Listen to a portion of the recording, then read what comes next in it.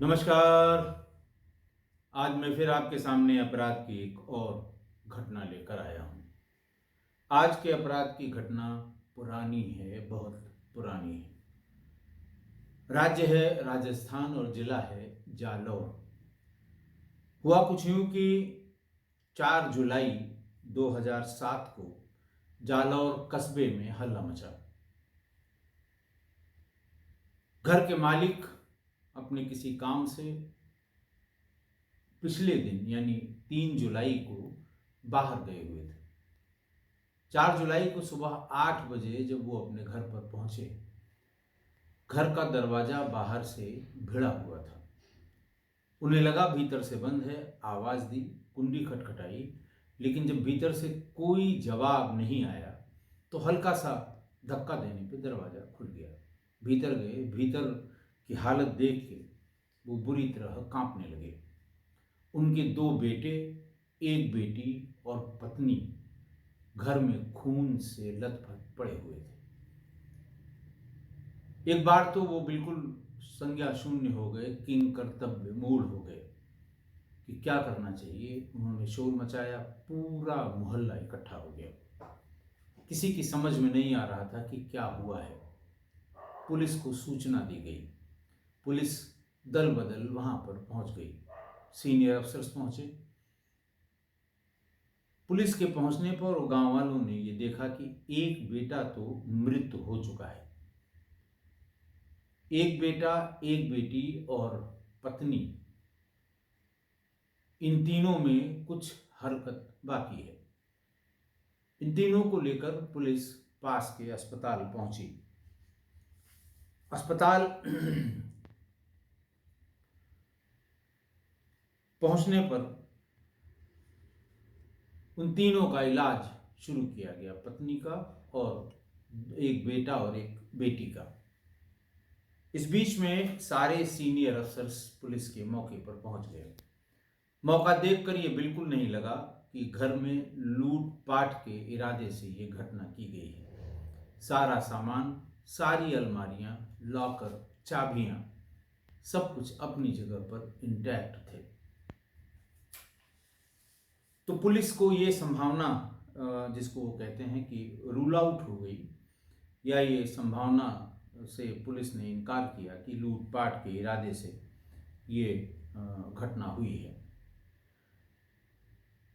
घटना के दृश्य से घर के अच्छी एफएसएल की पूरी टीम आ गई। सारे एक एक कोने की वीडियोग्राफी की गई, फोटोग्राफी की गई। जो कुछ भी फिंगरप्रिंट्स थे उनको उठाने का प्रयास किया गया। जिस तरह से घटनास्थल को संरक्षित किया जाता है उस तरह उसको संरक्षित करके आगे की जांच पुलिस ने शुरू की। घटनास्थल को देखने से ये पता लग रहा था कि पूरा परिवार रात में एक साथ, पूरे परिवार ने एक साथ खाना खाया है। खाने के बर्तन और एक टिफिन ये मौजूद थे उनके घर में। खाने वाले जब सब घर के ही थे तो टिफिन कहां से आया? घर के मालिक ने भी बताया कि ये टिफिन उसका नहीं है। खैर, अस्पताल में भीड़ भाड़ बढ़ती जा रही थी। महिला की मौत अस्पताल में इलाज के दौरान हो गई। पहले बेटे की और फिर अस्पताल, बेटे की मौके पर मौत हुई थी, एक बेटे की, और महिला की अस्पताल में मृत्यु हो गई। तो मालिक बुरी तरह से टूट गया। उसे भी समझ में नहीं आ रहा था कि आखिरकार रात में ऐसा क्या हुआ। पुलिस को भी समझ में नहीं आ रहा था कि आखिर रात में ऐसा क्या हुआ। पुलिस ने को यह समझ में आ रहा था कि किसी ने इस जोर जबरदस्ती यानी मारपीट यानी प्रहार का कोई विरोध नहीं किया है। इससे 2 चीजें साबित होती हैं। या तो ये बेहोश करने के बाद उनके साथ ये मारपीट की गई हो, या फिर एक से ज्यादा लोग हों और प्रत्येक ने एक एक सदस्य को चोट पहुंचाई हो। खैर, बड़े बेटे और बेटी की तबीयत अस्पताल में बिगड़ने लगी। ये घटना मैंने आपको बताई 4 जुलाई को घर वाले को भी पता लगा, पुलिस वालों को भी पता लगा। 5 जुलाई को उन दोनों को जोधपुर अस्पताल में भर्ती किया गया। हालत में जब सुधार नहीं हुआ तो 8 जुलाई को जयपुर के एसएमएस हॉस्पिटल ले जाया गया। आप समझ लीजिए कितनी गहरी चोट रही होगी। जयपुर के एसएमएस अस्पताल में बेटे को कुछ होश हल्का हल्का आने लगा। बेटे को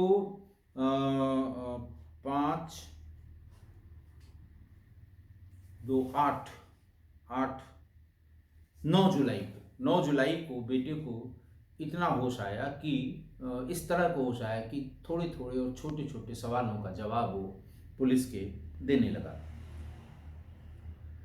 पुलिस उनका बयान लेती है। उसका बयान सुनकर पुलिस के, जैसे कहते हैं, पैरों के नीचे जमीन खिसक जाती है। बेटे ने बताया कि 3 जुलाई को रात करीब 8 बजे, पहले तो मैं ये बता दूं कि वो 3 जुलाई की शाम को घर के मालिक वो पैतृक गांव उनको जाना था, वहाँ कोई किसी के घर में, पैतृक गांव का मतलब जो उनके नज़दीकी लोग रहे होंगे परिवार के, उनके यहाँ कोई फंक्शन था और वो ये कह के गए थे कि रात में फंक्शन अटेंड करूँगा, घर पे रुकूँगा और सवेरे जल्दी से जल्दी मैं वापस आ जाऊँगा। तो यानी रात में घर के मालिक घर में नहीं थे। रात में 8 बजे बेटे ने होश में आने पर बताया कि 8 बजे घर की घंटी बजी, डोरबेल बजी। दरवाज़ा खुला तो एक परिचित गेट पर खड़े थे। परिचित का नाम बताया उन्होंने कि फलां गेट पर खड़े हुए थे। उनके हाथ में एक टिफिन था। बोले बारिश बहुत तेज हो रही है और आज मैं घर पर ही रुकूंगा, यानी यहीं रुकूंगा, मैं आज जा नहीं पाऊंगा। खैर माँ ने, बेटे ने बताया कि माँ ने कहा कि हाँ हाँ बिल्कुल रुक जाओ, यहाँ कहाँ जाओगे, भीगोगे। परिचित थे, रिश्तेदार थे, लिहाजा उनको घर पर ही रोक लिया गया। वो अपने साथ जो टिफिन लाए थे उसमें से खाना निकाला गया। घर में जो कुछ पहले से बना था वो था और सभी लोगों ने मिलकर खाना खाया। 2 बेटे, 1 बेटी, बच्चों की माँ और उस परिचित ने। 10 बजे के आसपास वो घर से बाहर निकला। बारिश कम हो गई थी। घर से बाहर वो कुछ किसी प्रीटेक्स्ट पे कि मैं फलां के लिए जा रहा हूँ, 2 मिनट में आ रहा हूँ, और वो रात 12 बजे लौटा। उसके हाथ में रबड़ी और कुल्फी थी। वो 4 पैकेट ले आया था। उसको लेके 5 लोग थे लेकिन वो 4 ही पैकेट ले आया था। सभी ने खाया लेकिन परिचित बोला कि वो दुकान पर ही खाकर आया है। कुल्फी खाते ही सभी लोगों में बेहोशी छाने लगी और लड़के ने बताया कि जब उसे हल्का होश आया तो उसने देखा कि वो परिचित उसकी बहन पर थप्पड़ और कुल्हाड़ी से वार कर रहा है। थोड़ा थोड़ा होश आया तो उसने देखा, उसने दौड़ के रोकने की कोशिश की तो परिचित ने उस पर भी कुल्हाड़ी से वार कर दिया। उसके बाद वो बेहोश हो गया और फिर उसे कुछ याद नहीं है। इतनी बात बेटे ने बताई और फिर उसके बाद धीरे धीरे फिर उसकी तबीयत गड़बड़ होने लगी और पुलिस और फिर डॉक्टरों ने कहा कि अब इनसे बात किया जाना संभव नहीं है। खैर 12 जुलाई को बेटी को भी होश आ गया। सुधार हो रहा था जोधपुर के हॉस्पिटल में और वो बयान देने की स्थिति में आ गई। पुलिस चूंकि पिछली बार बेटे के बयान जो उन्होंने लिए थे और बेटे की फिर तबीयत खराब हो गई, फिर धीरे धीरे उसकी तबीयत डाउन हो गई, तो पुलिस ने सेफ साइड में 12 जुलाई को बेटी का बयान मजिस्ट्रेट को बुला के उनके सामने कराया। बेटी का बयान मजिस्ट्रेट के यहाँ जाकर, न्यायिक मजिस्ट्रेट संजय त्रिपाठी के यहाँ दर्ज कराया गया।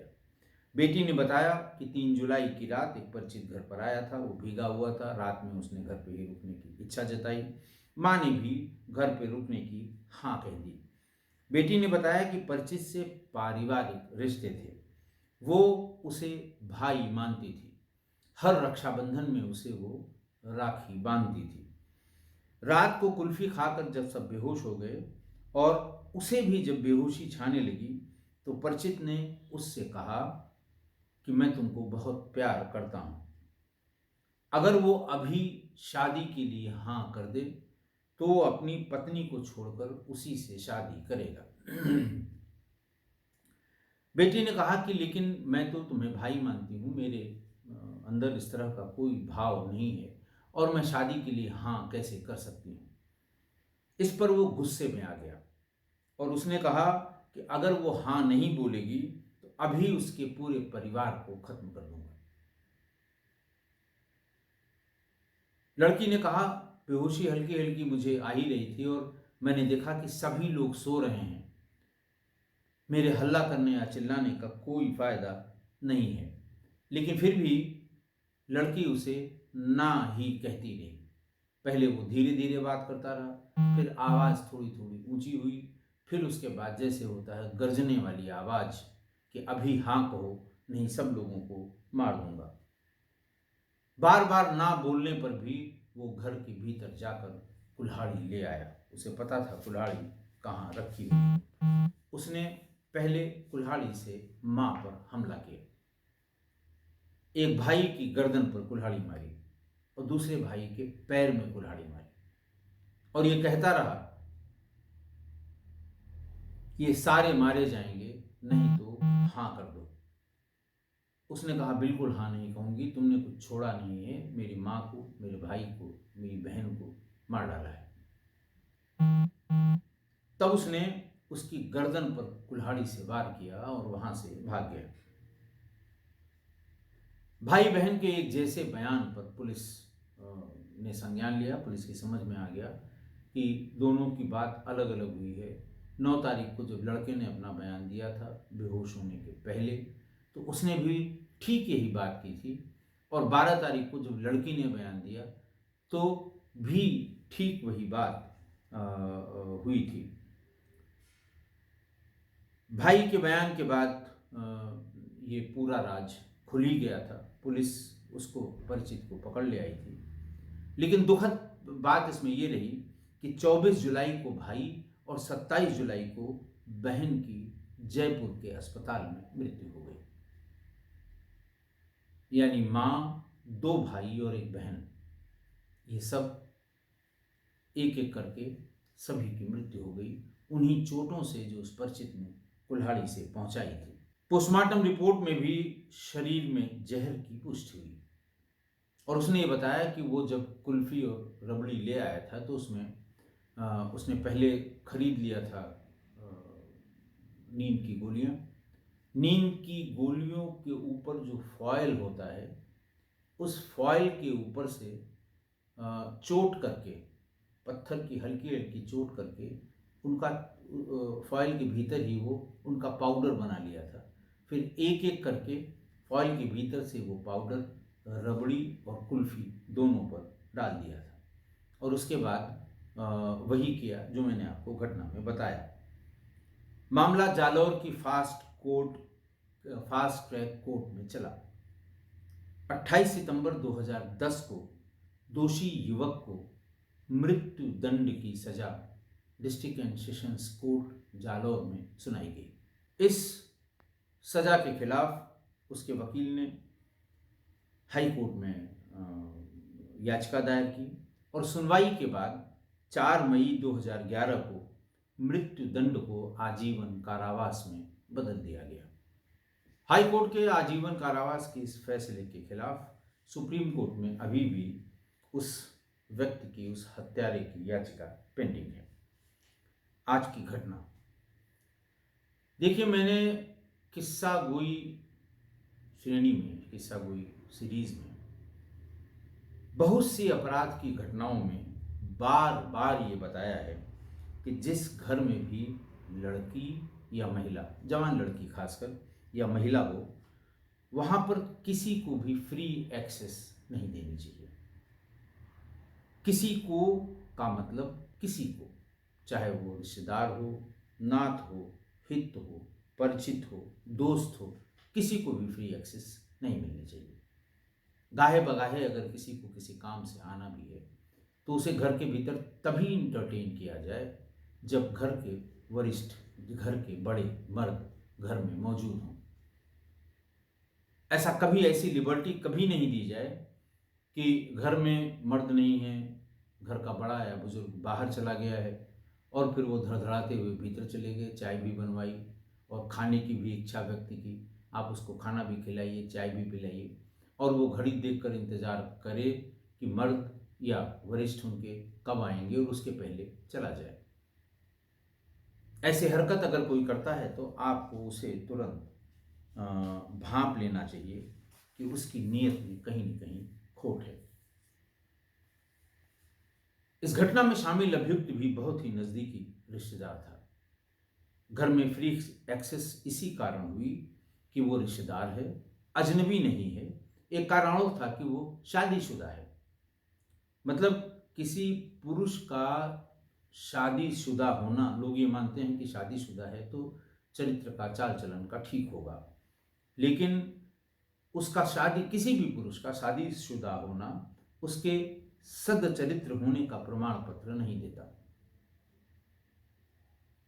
कम से कम 1300 अपराध की इन घटनाओं में 500 घटनाएं ऐसी मैंने बताई होंगी जिनमें इसी तरह के लोगों द्वारा गंभीर अपराध किए गए हैं। और शादीशुदा लोगों के प्रेम प्रसंग बहुत खतरनाक हैं। 20-50 इस तरह की घटनाएं मैंने आपको सुनाई होंगी जिसमें शादीशुदा लोगों के प्रेम प्रसंग बहुत अच्छा, वो कुछ उसके मनोवैज्ञानिक कारण कह सकते हैं या समाज की संरचना कह सकते हैं कि खतरनाक इसलिए है कि उनकी निगाहों की चालाकी कोई भांप नहीं पाता। उनकी हरकतों पर उनके शादीशुदा होने का या उम्र दराज होने का कवच लगा रहता है और उनकी ऐसी हरकतों को सामान्य व्यवहार में लोग गिन लेते हैं कि ये सामान्य व्यवहार है। वो आदमी मन ही मन लड़की से एक तरफा प्यार करता रहा। लड़की हर रक्षाबंधन पर उसे राखी बांधती रही। घटना वाले दिन जो लड़की और लड़के ने ये बताया कि वो कुल्फी और रबड़ी लेकर आया था, तो वो उसी दिन नहीं आया था। ऐसा नहीं था कि सिर्फ उसी दिन ले आया। जब से उसकी निगाह गंदी हुई थी, नीयत खराब हुई थी, तब से वो उसी लड़की से मिलने के बहाने खाने पीने का सामान, क्योंकि घर में 4 बच्चे थे, 2 लड़के 2 लड़कियां,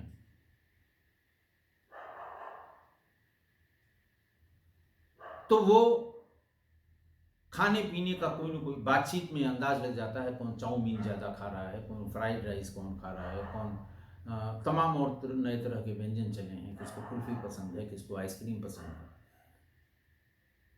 तो हर 2-4-6 दिन पे खाने पीने का इस तरह का सामान लाकर और खिलाता था, लेकिन निगाहें उसकी उसी लड़की पर थी।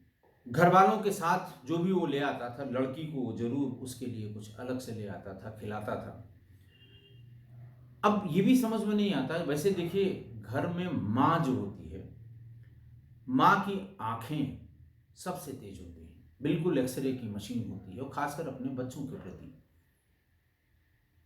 उसके बच्चों पे कौन कैसी निगाह रख रहा है, लड़के या लड़की दोनों पर, उसके बच्चों के प्रति किसका क्या व्यवहार है, घर में आकर उसके बच्चों के प्रति किसका कैसा नजरिया है, ये सबसे पहले और सबसे ज्यादा मां को पता लगता है। लेकिन और मां से ज्यादा कोई इन सब चीजों को पहचानता भी नहीं कि क्यों और कहां पर गड़बड़ है। लेकिन अपने रिश्तेदार का लड़का सोचकर उसकी निगाहों पर भी पर्दा पड़ गया था मां की, और वो उस लड़के की गंदी और हसरत भरी निगाहों को पहचान नहीं पाई, या वो इस दिशा में सोच ही नहीं पाई, पहचानने की कोशिश ही नहीं की, और उस लड़की के चक्कर में पूरा परिवार तबाह हो गया। कुल्फी में नींद की गोलियों का पाउडर छिड़क कर और ये दिमाग में रख के कि आज कोई नहीं है, मतलब वो घर के जो बड़े हैं वो नहीं हैं, आज से बढ़िया मौका नहीं मिलेगा, सबको बेहोश करते हैं, लड़की से हाँ कराते हैं, और अगर हाँ कर देती है तो उसकी भावनाओं से खिलवाड़ भी करते हैं। इस तरह की बात मन में लेकर वो रात में 12 बजे दोबारा घर के भीतर गया। हाथ में खाने पीने की चीज़ें देखकर फिर वही बात हुई। न माँ उसकी इस गंदी जिसको कहते हैं गंदी योजना को न भाप पाई, न उसकी निगाहों में कुछ पढ़ पाई। रहीमदास जी कहते हैं कि जिह अंचल दीपक दुर्यो हन्यो सुताही गात। जिह अंचल दीपक दुर्यो हन्यो सुताही गात। और रहीमन असमय के परे मित्र शत्रु होए जात। कहने का आशय ये है कि गांव देहात में महिलाएं दीपक को घर से पेड़ के नीचे रखने के लिए या कहीं ले जाने के लिए अपने आंचल से ओट करके ले जाती हैं, ताकि हवा के थपेड़े से वो बुझ न जाए, आंचल की ओट करके। और दीपक जिसकी हवा से वो रक्षा करती है अपने आंचल से, उस आंचल को भी कभी कभी जला देता है। और बुरा दिन आते ही या बुरे दिन आते ही मित्र को शत्रु होने में देर नहीं लगती। वही आंचल जो मित्र था, जिसको प्यार से आंचल से ढक के उस दीपक को महिला ले जा रही है, वही जब फड़फड़ाया तो उसने इस आंचल को जला दिया, क्योंकि वक्त बुरा था, समय खराब था। तो रहीमदास जी यही कहते हैं कि जब समय खराब होता है तो मित्र को शत्रु होने में जरा सा भी समय नहीं लगता। यही यहां भी हुआ। एक तरफा प्यार में अंधा वो व्यक्ति पूरे परिवार का शत्रु बन गया, उस समय, उस घड़ी और उस क्षण। आशा है आप मेरी इन सब बातों से सहमत होंगे। आज के लिए इतना ही। बहुत बहुत धन्यवाद।